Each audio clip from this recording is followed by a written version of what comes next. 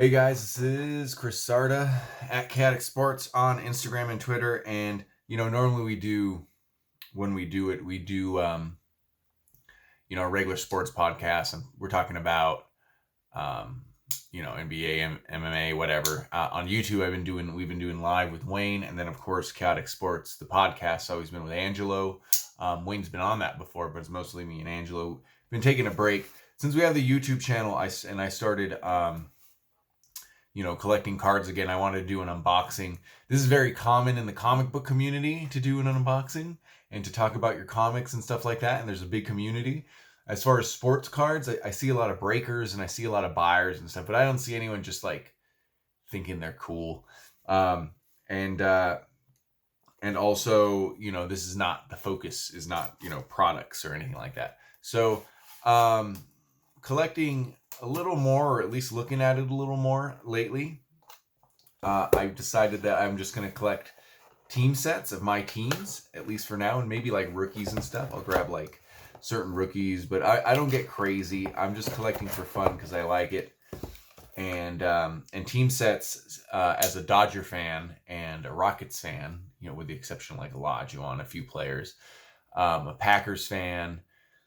For the most part, those rookie cards aren't crazy. I'm lucky. I mean, obviously, if I'm going to do 1965 or something, that Sandy Koufax is pretty expensive. But I can just jump around, grab team sets from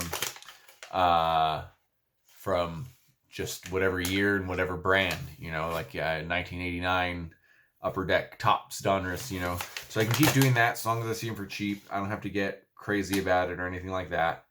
And I'm not even sure which one's which. I have a bunch of packing slips in here.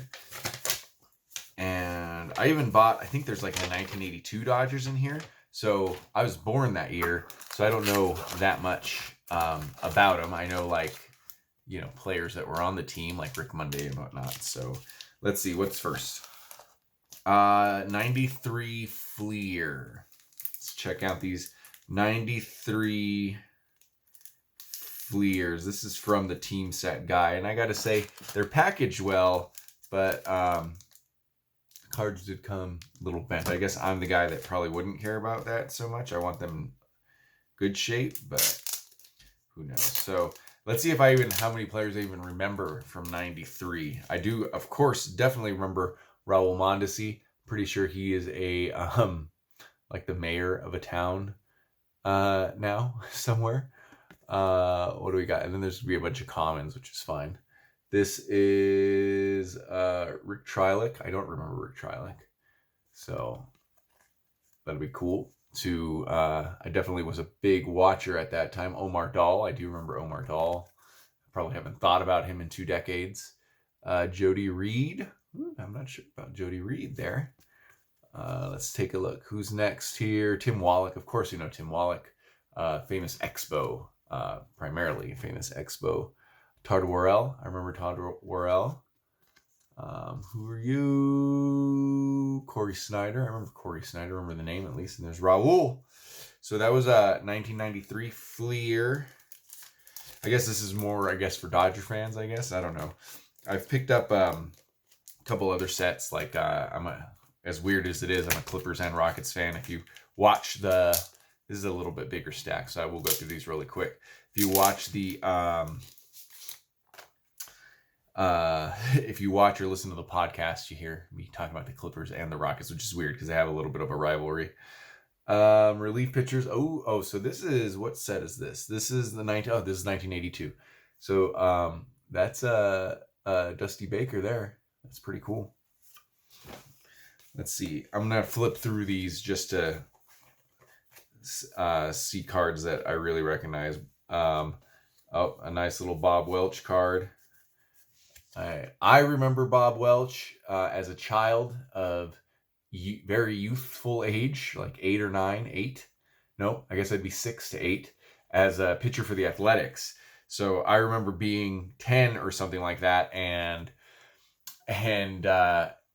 just realizing that, my enemy team, Bob Welch on my enemy team used to be on my team. I was like processing that as a child, because in my head, as a real young kid, the Oakland A's were a bigger enemy than the San Francisco Giants because of the '88 World Series. That's what stuck. That's what stuck with me as a child in LA. Little Fernando Valenzuela love, Jerry Roos, Dave Lopez. See, a lot of these guys, I call him Dave Lopez, but he spells it differently than I'm used to. Rick Sutcliffe. So a lot of these guys I know. Mike Scioscia was, of course, a member when I would have been old enough to remember. What's interesting, another Fernando card. What's also interesting about collecting these, I took these team sets, but I don't know if they're the whole teams, right? I still got to go take a look to see if that's the case. Rick Monday and Steve Garvey. Hopefully there's a Steve Garvey card in here, but Rick Monday, of course, that's pretty big. I used to have a baseball board game by Rick Monday, where it was like Rick Monday's Baseball or something like that. And I remember seeing the Dodger hat on him I was real young then too. I was like, who the heck is this guy? This guy's not, this guy's not Kirk Gibson or something. I can't remember. I was gonna pick a more obscure Dodger, but I couldn't think of one at this moment from that team. Steve Yeager. Man, 3 Fernando cards in here. He was really popular. People were really excited about old Fernando, weren't they? Darryl Thomas. There's a Dusty Baker card. That doesn't even look like the Dusty Baker we know today. Look how young he looks there, man. That's crazy, huh? Ron Say, of course. 2 Ron Say cards. Bill Russell. Probably not the famous Bill Russell. Dave Stewart was another Yankee or another athletic that I was like, he was a Dodger? That guy's an enemy. Pedro Guerrero he fought with, there was infighting on the team, if I remember. And it was with the player I was trying to, Steve Sachs, I think. I'd have to look that up. There's a Steve Garvey card in action. Did I show a regular Steve Garvey card? I can't remember. And then we already showed that. Just a couple more sets here. Some of these were like $1.99. So it's like, if I'm going to collect team sets, I mean, it's mostly commons. I guess this is an excuse to collect commons too. I remember this Fleer set from back in the day. I used to have a bunch of cards here. It's pretty cool. I'm sure that the whole set's in here because I think buying this whole Fleer set is like $20. I don't think this particular Fleer set's very expensive. This is the 91 cards. So that design is very memorable. This is, I could remember as a child. So this is part unboxing and part just me talking about being a kid. I can remember as a child, the years feel a lot longer. You feel like, I remember this feeling just brand new. This Fleer series with the yellow border feeling brand new, super modern. I had felt like I'd sat with those 89 tops forever. And when these came out and I was buying these cards at the liquor store, I remember thinking that I was just on the cutting edge, and they're very bright. There's a Tim Belcher card. Remember Tim Belcher? Tim Cruz too. It's my boy right there. And I remember just feeling like I was on the cutting edge. I was buying brand new, important stuff, for however much those cards cost. There's Kirk Gibson, important in Dodger lore. Jim Gott, I remember that name. That's pretty cool. Chris Gwynn. I have a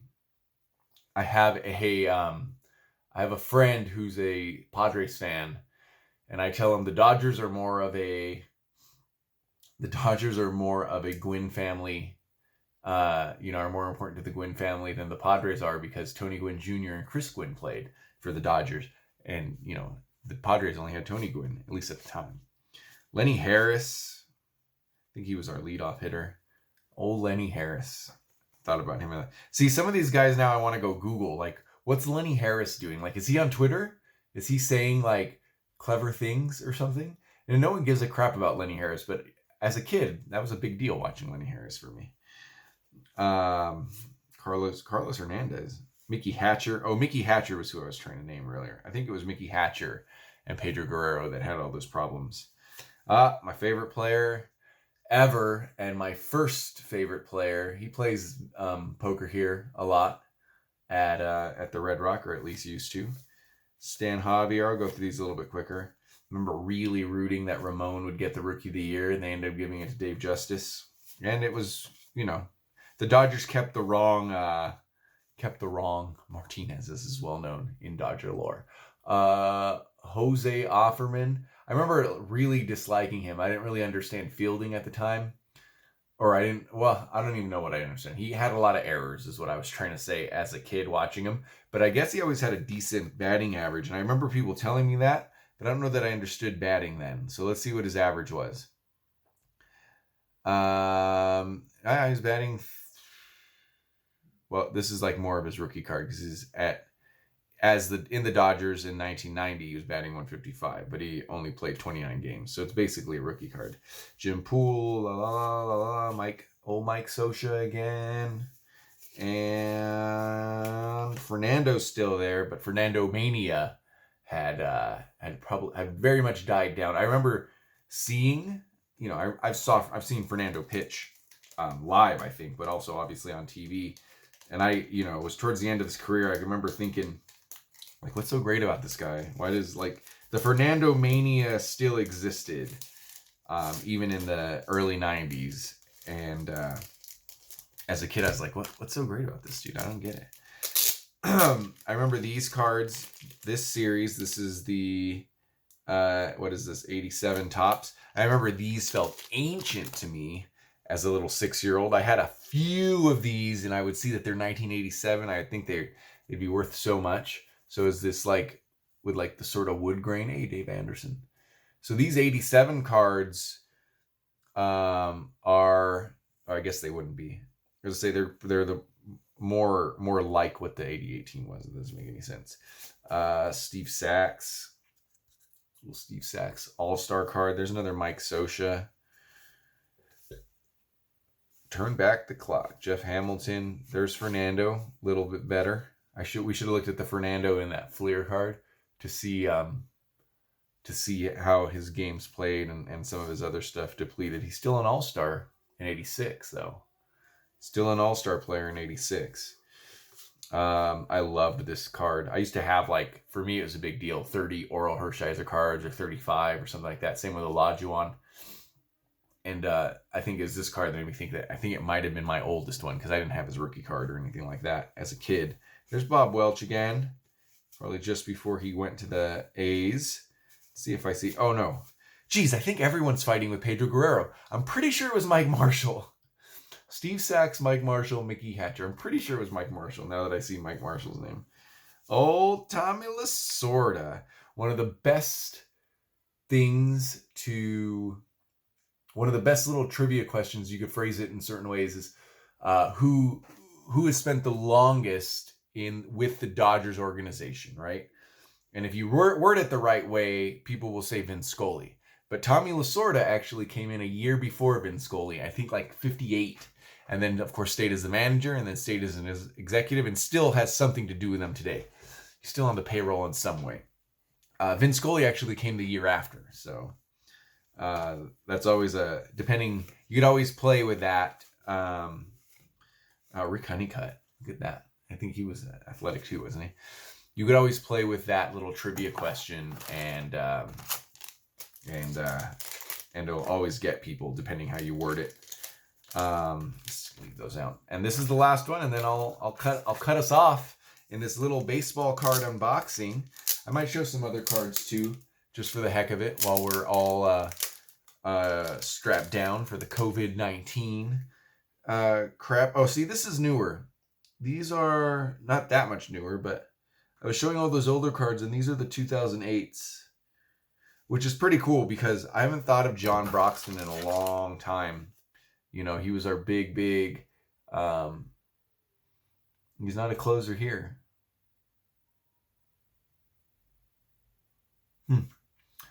I have to look this up. I thought he was one of our big closers for a minute there. Ching Lung Hu, I didn't remember him. Randy Wolf, of course I remember. Andy LaRoche, Brad Penny. It's funny because all these big, just the nature of baseball and the business, Brad Penny was pretty huge, and he was one of our famous huge contracts that didn't work out completely. I think it worked out enough. I think we got deep into the playoffs with him, and he played well.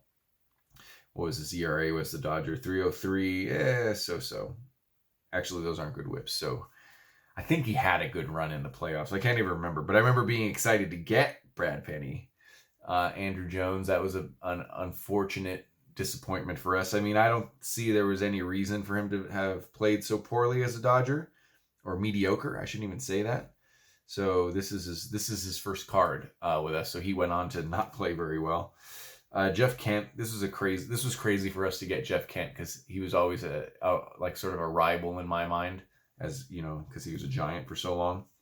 Rafael Furcal, I remember him as a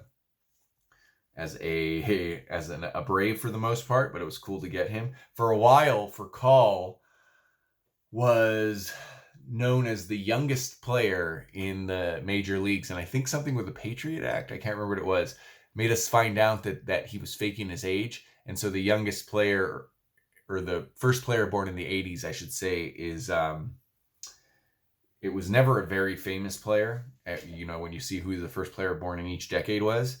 But this one was, oh, Jesus Christ. How can I forget his first baseman for the Cardinals, whose name slips my mind forever. And now he's on the Angels, and his goddamn career is almost over. How can I not remember one of the best baseball players in the world's name?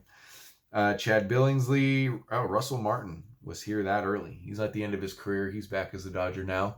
I don't think they cut him this year. I think he'll be here. James Loney was a guy that I thought, for a minute there, I thought James Loney was going to be better than Matt Kemp.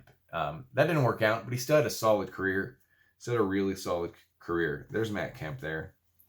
Got that MVP stolen from him. Delwyn Young. Yeah, this 2008 year, this was another disappointing signing that didn't really work out for us. Jason Schmidt, also from the enemy, from the Giants. Enemy from the Giants. And he was only a Dodger at this point 1 year. Well, he only had 6 games, but he had a terrible ERA. 6-run ERA. Andre Ethier's classic. Blake DeWitt. Hiroki Kuroda. Juan Pierre.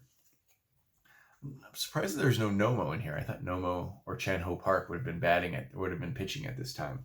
Need to go look that up. And then Joe Torre was our illustrious manager. God, I could have swore this was the year that Sean Green hit the 4 home runs, but I guess not. Maybe that was 09. So, you know, sometimes the years start mixing together. Anyway, this is, my son's breaking in. This is Chris Sarda. At Chaotic Sports on Twitter, at Chaotic Sports Podcast. Oh, he's really trying. At Chaotic Sports Podcast on Instagram, and then find our podcast at whatever you use podcasts for, or right here on YouTube, where we do live streams all the time. I'll see you guys later.